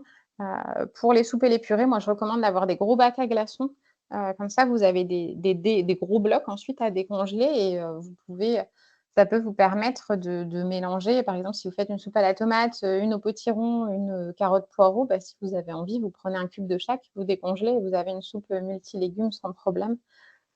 Ça peut être pas mal pour les purées aussi, hein, surtout si vous récupérez des légumes en fin de marché ou en limite, qui sont un petit peu défraîchis. Vous mettez tout ça en individuel et ensuite ça vous permet de faire vos propres mix et de décongeler, juste pour votre bol de soupe le soir et de pas manger aussi la même soupe pendant une semaine parce que des fois on en a marre quand même. Donc voilà, ça peut être des petites astuces là-dessus. Et enfin, d'acheter directement chez le producteur. Je vous ai mis plusieurs sites qui vous permettent ce sont des sites internet qui vous permettent de trouver des producteurs locaux près de chez vous. C'est souvent moins cher, de meilleure qualité, c'est du circuit court, il y a pas d'intermédiaire. Vraiment, je vous le recommande, que ce soit pour les fruits et légumes, les produits laitiers si vous en consommez, la viande. Il y a des super producteurs dans nos régions et très sympathiques. Donc vraiment, n'hésitez pas. Parfois, les viandes vont être un tout petit peu plus chères, mais il ne faut pas oublier que, ça va être des vaches qui sont nourries à l'herbe, et cetera. Les produits laitiers, pareil, donc ça vaut le coup. Voilà, je vous remercie pour votre attention et j'espère que cette présentation vous a plu et vous donnera des petites astuces pour la suite. Merci Carole pour votre intervention. On a des super retours dans la conversation. Donc il y a des questions qu'on n'a pas pu traiter. On vous les enverra pour que vous puissiez y répondre et on les mettra également à disposition sur le site internet. Donc Oui. vous retrouverez le support ainsi que les recettes sur notre site internet www.defi-autonomie-senior.fr. Nous allons aussi vous envoyer toutes les informations par mail pour y accéder plus facilement. Et donc le replay de la webconférence sera disponible dans les prochains jours sur notre chaîne YouTube. Donc, n'hésitez pas à aller le visionner si vous souhaitez revoir certains passages ou réécouter certaines astuces. Parlez-en autour de vous et n'hésitez pas aussi à visionner les replays des précédents événements. Merci à tous pour votre présence aujourd'hui. On vous donne rendez-vous dès l'année prochaine pour de nouveaux sujets de webconférences qui seront traités. Et puis, on vous souhaite à tous une belle fin d'année et on vous dit à très bientôt. Et puis, n'hésitez pas aussi à nous rejoindre en atelier. Bonne fin de journée à tous. Bon appétit. Au revoir. Merci, au revoir.